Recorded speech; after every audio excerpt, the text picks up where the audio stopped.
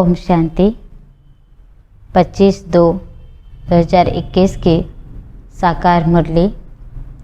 आज बाबा कहते हैं, मीठे बच्चे, तुम्हें याद में रहने का पुरुषार्थ ज़रूर करना है, क्योंकि याद के बल से ही तुम विक्रमाजित बनेंगे। आज का प्रश्न है, कौन सा ख्याल आया तो पुरुषार्थ में गिर पड़ेंगे। खुदाई खिदमतगार बच्चे कौन सी सेवा करते रहेंगे। उत्तर है, कई बच्चे समझते हैं अभी टाइम पड़ा है, पीछे पुरुषार्थ कर लेंगे, परंतु मौत का नियम थोड़े ही है, कल कल करते मर जाएंगे।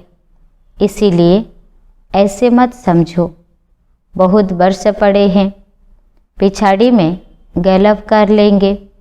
यह ख्याल और ही गिरा देगा। जितना हो सके याद में रहने का पुरुषार्थ कर श्रीमत पर अपना कल्याण करते रहो। रूहानी खुदाई खिदमतगार बच्चे रूहों को सेल्वेश करने, पतितों को पावन बनाने की सेवा करते रहेंगे। गीत है ओम नमः शिवाय। ओम शांति। यह तो बच्चों को समझाया गया है, निराकार बाप साकार बगैर कोई भी कर्म नहीं कर सकते हैं, पाठ बजा नहीं सकते। रूहानी बाप आकर ब्रह्मा द्वारा रूहानी बच्चों को समझाते हैं। योग बल से ही बच्चों को सतो प्रधान बनना है, फिर सतो प्रधान विश्व का मालिक बनना है। यह बच्चों की बुद्धि में है। कल्प कल्प बाप आ करके राजयोग सिखलाते हैं।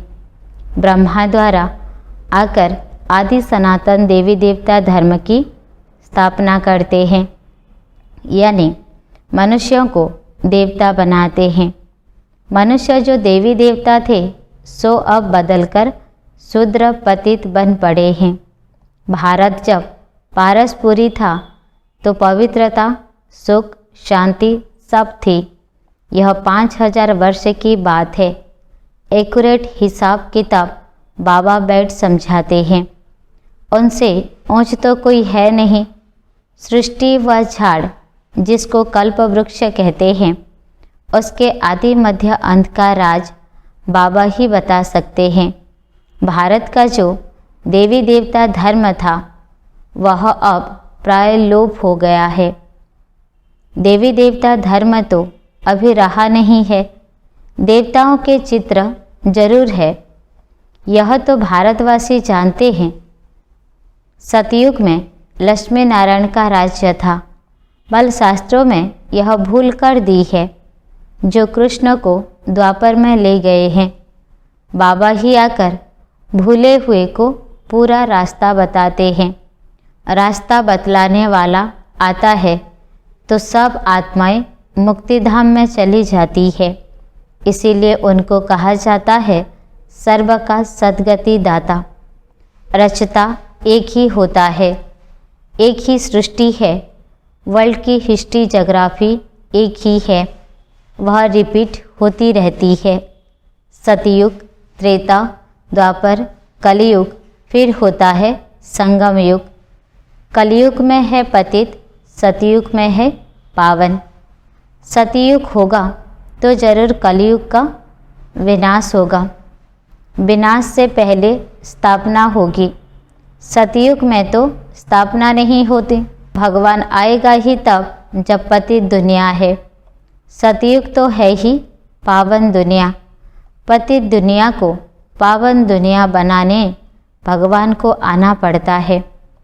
अब बाबा सहज से सहज युक्ति बताते हैं। देह के सब संबंध छोड़ देही अभिमानी बन बाबा को याद करो। कोई एक तो पतित पावन है ना। भक्तों को फल देने वाला एक ही भगवान है। भक्तों को ज्ञान देते हैं। पतित दुनिया में ज्ञान सागर ही आते हैं पावन बनाने लिए। पावन बनते हो योग से, बाप बिगड़ तो कोई पावन बना न सके। यह सब बातें बुद्धि में बिठाई जाती है औरों को समझाने के लिए, घर घर में संदेश देना है। ऐसा नहीं कहना है कि भगवान आया है, बड़ा युक्ति से समझाना होता है। बोलो, वह बाप है ना? एक है लौकिक बाप, दूसरा है परलौकिक बाप। दुख के समय परलौकिक बाप को ही याद करते हैं, सुखधाम में कोई भी याद नहीं करते हैं। सतयुग में लक्ष्मी नारायण के राज्य में सुख ही सुख था, प्योरिटी, पीस, प्रॉस्पेरिटी थी। बाबा का वर्षा मिल गया, फिर पुकारते क्यों? आत्मा जानती है हमको सुख है, यह तो कोई भी कहेंगे वहाँ सुख ही सुख है। बाबा ने दुख के लिए तो सृष्टि नहीं रची है, यह बना बनाया खेल है जिनका पाठ पिछाड़ी में है। 2-4 जन्म लेते हैं, वह जरूर बाकी समय शांति में रहेंगे, बाकी ड्रामा के खेल से ही निकल जाए, यह तो हो नहीं सकता। खेल में तो सबको आना होगा। 1-2 जन्म मिलते हैं तो बाकी समय जैसे कि मोक्ष में है। आत्मा पाठधारी है ना, कोई आत्मा को ऊंच पाठ मिला हुआ है, कोई को कम, यह भी अभी तुम जानते हो। गाया जाता है ईश्वर का कोई अंत नहीं पा सकते, बाबा ही आकर अंत देते हैं, रचता और रचना के आदि मध्य अंत का। जब तक रचता खुद न आए तब तक रचता और रचना को जान नहीं सकते। बाबा ही आकर बतलाते हैं, मैं साधारण तन में प्रवेश करता हूँ। मैं जिसमें प्रवेश करता हूँ वह अपने जन्मों को नहीं जानते, उनको बैठ 84 जन्मों की कहानी सुनाता हूँ। कोई के पाठ में चेंज नहीं हो सकती, यह बना बनाया खेल है। यह भी किसी की बुद्धि में नहीं बैठता है, बुद्धि में तब बैठे जब पवित्र होकर समझे। अच्छी रीति समझने के लिए ही 7 रोज भट्टी है। भगवत आदि भी 7 दिन रखते हैं, यहाँ भी समझ में आता है कम से कम 7 दिन के सिवाय कोई समझ नहीं सकेंगे। कोई तो अच्छा समझ लेते हैं, कोई तो 7 रोज समझकर भी कुछ नहीं समझते, बुद्धि में बैठता नहीं। कह देते हैं हम तो 7 रोज आया, हमारी बुद्धि में कुछ बैठता नहीं, ऊंच पद पाना नहीं होगा तो बुद्धि में बैठेगा नहीं। अच्छा, फिर भी उनका कल्याण तो हुआ ना, प्रजा तो ऐसे ही बनती है। बाकी राज्य भाग्य लेना, उसमें तो गुप्त मेहनत है। बाबा को याद करने से ही विकर्म विनाश होते हैं। अब करो ना करो, परंतु बाबा का डायरेक्शन यह है। प्यारी वस्तु को तो याद किया जाता है ना। भक्ति मार्ग में भी गाते हैं, हे पतित पावन आओ। अब वह मिला है, कहते हैं मुझे याद करो तो कट उतर जाएगी।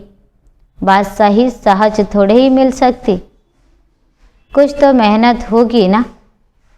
याद में ही मेहनत है, मुख्य है ही याद की यात्रा। बहुत याद करने वाले कर्मातीत अवस्था को पा लेते हैं। पूरा याद न करने से विकर्म विनाश नहीं होंगे, योग बल से ही विकर्माजीत बनना है। आगे भी योग बल से ही विकर्मों को जीता है। लक्ष्मी नारायण इतने पवित्र कैसे बने, जबकि कलयुग अंत में कोई भी पवित्र नहीं है। इसमें तो साफ है, यह गीता के ज्ञान का एपिसोड रिपीट हो रहा है। शिव भगवानुवाच, भूले तो होती रहती है ना, बाबा ही आकर अभूल बनाते हैं। भारत के जो भी शास्त्र हैं वो सब है भक्ति मार्ग के। बाबा कहते हैं मैंने जो कहा था वह किसी को भी पता नहीं है। जिन्हों को कहा था उन्होंने पद पाया, 21 जन्मों की प्रारब्ध पाई, फिर ज्ञान प्राय लोप हो जाता है। तुम ही चक्र लगाकर आए हो। कल्प पहले जिन्होंने सुना है वही आएंगे। अभी तुम जानते हो हम सैपलिंग लगा रहे हैं मनुष्य को देवता बनाने का। यह है दैवी झाड़ का सैपलिंग। वो लोग फिर उन झाड़ों का सैपलिंग बहुत लगाते रहते हैं। बाबा आकर कॉन्ट्रैक्ट बताते हैं। बाप दैवी फूलों का सैपलिंग लगाते हैं, वो तो जंगल का सैपलिंग लगाते रहते हैं। तुम दिखाते भी हो। कौरव क्या करते भये, पांडव क्या करते भये, उनके क्या प्लान है और तुम्हारे क्या प्लान्स है। जो अपना प्लान बनाते हैं कि दुनिया बढ़े नहीं, फैमिली प्लानिंग करे, जो मनुष्य जास्ती ना बढ़े, उसके लिए मेहनत करते रहते हैं। बाबा तो बहुत अच्छी बात बतलाते हैं। अनेक धर्म विनाश हो जाएंगे और एक ही देवी देवता धर्म की फैमिली स्थापन करते हैं। सतयुग में एक ही आदि सनातन देवी देवता धर्म की फैमिली थी और इतनी फैमिली थी नहीं। भारत में कितनी फैमिली है, गुजराती फैमिली, महाराष्ट्रियन फैमिली। वास्तव में भारतवासियों की एक ही फैमिली होनी चाहिए। बहुत फैमिलीज होंगी तो ज़रूर आपस में खिटपिट ही कर रहेगी, फिर सिविल वार हो जाती है। फैमिली में भी सिविल वार हो जाती है। जैसे क्रिश्चियन की अपनी फैमिली है, उन्हों की भी आपस में लगती है।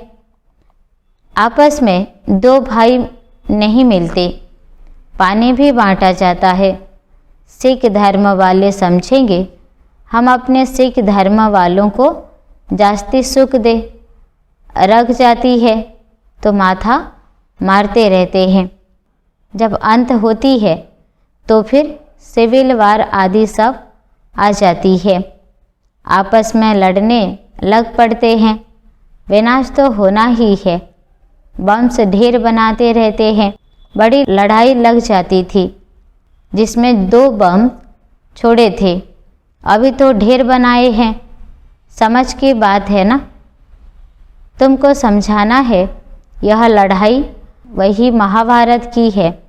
बड़े बड़े लोग जो भी हैं कहते हैं अगर इस लड़ाई को बंद नहीं किया तो सारी दुनिया को आग लग जाएगी। आग तो लगनी ही है, यह तुम जानते हो। बाबा आदि सनातन देवी देवता धर्म की स्थापना कर रहे हैं। राजयोग है ही सतयुग का। वह देवी देवता धर्म प्राय लोप है। चित्र भी बने हैं। बाबा कहते हैं कल्प पहले माफिक जो विघ्न पड़ने होंगे वही पड़ेंगे। पहले थोड़े ही पता पड़ता है, फिर समझा जाता है। कल्प पहले जो हुआ होगा यह बना बनाया ड्रामा है। ड्रामा में हम बंधे हुए हैं। याद की यात्रा को भूल नहीं जाना चाहिए। इनको परीक्षा कहा जाता है। याद की यात्रा में ठहर नहीं सकते हैं, थक जाते हैं। गीत है ना, रात के राही थक मच जाना। इसका अर्थ कोई समझ न सके। यह है याद की यात्रा, जिससे रात पूरी हो दिन आ जाएगा। आधा कल्प पूरा हो फिर सुख शुरू होगा। बाबा ने ही मनमना भव का अर्थ भी समझाया है। सिर्फ गीता में कृष्ण का नाम डालने से वह ताकत नहीं रही है। अब कल्याण तो सबका होना है। गोया हम सब मनुष्य मात्र का कल्याण कर रहे हैं। भारत खास और दुनिया आम, सबका श्रीमत पर हम कल्याण कर रहे हैं। कल्याणकारी जो बनेंगे तो वर्षा भी उनको मिलेगा। याद की यात्रा के सिवाय कल्याण हो न सके। अभी तुमको समझाया जाता है, वह तो बेहद का बाप है। बाबा से वर्षा मिला था। भारतवासियों ने ही 84 जन्म लिए हैं। पुनर्जन्म का भी हिसाब है। कोई समझते नहीं है कि 84 जन्म कौन लेते हैं। अपने ही श्लोक आदि बनाकर सुनाते रहते हैं। गीता वही टीकाएं अनेक लिख देते हैं। गीता से तो भगवत बड़ा कर दिया है। गीता में है ज्ञान और भगवत में है जीवन कहानी। वास्तव में बड़ी गीता होनी चाहिए। ज्ञान का सागर बाप है। उनका ज्ञान तो चलता ही रहता है। वह गीता तो आधे घंटे में पढ़ लेते हैं। अभी तुम यह ज्ञान तो सुनते ही आते हो। दिन प्रतिदिन तुम्हारे पास अनेक लोग आते रहेंगे, धीरे धीरे आएंगे। अभी ही अगर बड़े बड़े राजाएं आ जाए फिर तो देरी ना लगे, झट आवाज़ निकल जाए। इसीलिए युक्ति से धीरे धीरे चलता रहता है। यह है ही गुप्त ज्ञान। इसको पता नहीं है कि यह क्या कर रहे हैं। रावण के साथ तुम्हारी युद्ध कैसे है, यह तो तुम ही जानो और कोई जान ना सके। भगवानुवाच, तुम सतोप्रधान बनने के लिए मुझे याद करो तो पाप नाश हो जाएंगे। पवित्र बनो तब तो साथ ले जाऊंगा। जीवन मुक्ति सबको मिलनी है। रावण राज्य से मुक्ति हो जाएगी। तुम लिखते भी हो, हम शिव शक्ति ब्रह्मा कुमार कुमारियाँ श्रेष्ठाचारी दुनिया स्थापन करेंगे। परमपिता परमात्मा की श्रीमत पर 5000 वर्ष पहले मुआफिक 5000 वर्ष पहले श्रेष्ठाचारी दुनिया थी। यह बुद्धि में बिठाना चाहिए। मुख्य मुख्य पॉइंट्स बुद्धि में धारण होगी, तब याद की यात्रा में रहेंगे। पत्थर बुद्धि है ना, कोई समझते हैं अभी टाइम पड़ा है, पीछे पुरुषार्थ कर लेंगे। परंतु मौत का नियम थोड़े ही है, कल मर जाए तो कल कल करते मर जाएंगे। पुरुषार्थ तो किया नहीं, इसीलिए ऐसे मत समझो बहुत वर्ष पड़े हैं, पिछाड़ी में गैलप कर लेंगे। यह ख्याल और ही गिरा देंगे। जितना हो सके पुरुषार्थ करते रहो। श्रीमत पर हर एक को अपना कल्याण करना है, अपनी जांच करनी है। कितना बाबा को याद करता हूँ और कितना बाबा की सर्विस करता हूँ। रूहानी खुदाई खिदमतगार तुम हो ना। तुम रूहों को सल्वेज करते हो। रूह पति से पावन कैसे बने उसकी युक्ति बतलाते हैं। दुनिया में अच्छे और बुरे मनुष्य तो होते ही हैं। हर एक का पाठ अपना अपना है। यह है बेहद की बात। मुख्य टाल टालियाँ ही गिनी जाती है, बाकी तो पत्ते अनेक हैं। बाबा समझाते रहते हैं, बच्चे मेहनत करो, सबको बाप का परिचय दो। बाप सब बच्चों को कहते हैं पवित्र बनो तो मुक्तिधाम में चले जाएंगे। दुनिया को थोड़े ही पता है कि महाभारत लड़ाई से क्या होगा। यह ज्ञान यज्ञ रचा गया है, क्योंकि नई दुनिया चाहिए। हमारा यज्ञ पूरा होगा तो सब इस यज्ञ में स्वाहा हो जाएंगे। अच्छा, मीठे मीठे शिखलधे बच्चों प्रति माता पिता बाप दादा का याद प्यार और गुड मॉर्निंग। रूहानी बाप की रूहानी बच्चों को नमस्ते। रूहानी बच्चों की रूहानी बाप दादा को याद प्यार गुड मॉर्निंग, नमस्ते नमस्ते नमस्ते। मुरली का सार है पहला नंबर। यह बना बनाया ड्रामा है, इसीलिए विघ्नों से घबराना नहीं है। विघ्नों में याद की यात्रा को भूल नहीं जाना है। ध्यान रहे याद की यात्रा कभी ठहर न जाए। दूसरा नंबर, पारलौकिक बाप का परिचय सबको देते हुए पावन बनने की युक्ति बतलानी है। दैवी झाड़ का सैपलिंग लगाना है। वरदान है, सर्व जिम्मेवारियों के बोझ बाबा को देकर सदा अपनी उन्नति करने वाले सहजयोगी भव। जो बच्चे बाबा के कार्य को संपन्न करने की जिम्मेवारी का संकल्प लेते हैं, उन्हें बाप भी इतना ही सहयोग देते हैं। सिर्फ जो भी व्यर्थ का बोझ है वह बाप के ऊपर छोड़ दो। बाबा का बनकर बाप के ऊपर जिम्मेवारियों का बोझ छोड़ने से सफलता भी ज़्यादा और उन्नति भी सहज होगी। क्यों और क्या के क्वेश्चन से मुक्त रहो। विशेष फुल स्टॉप की स्थिति रहे तो सहज योगी बन अतीन्द्रिय सुख का अनुभव करते रहेंगे।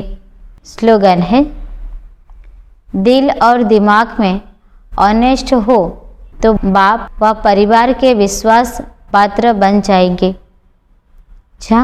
ओम शांति।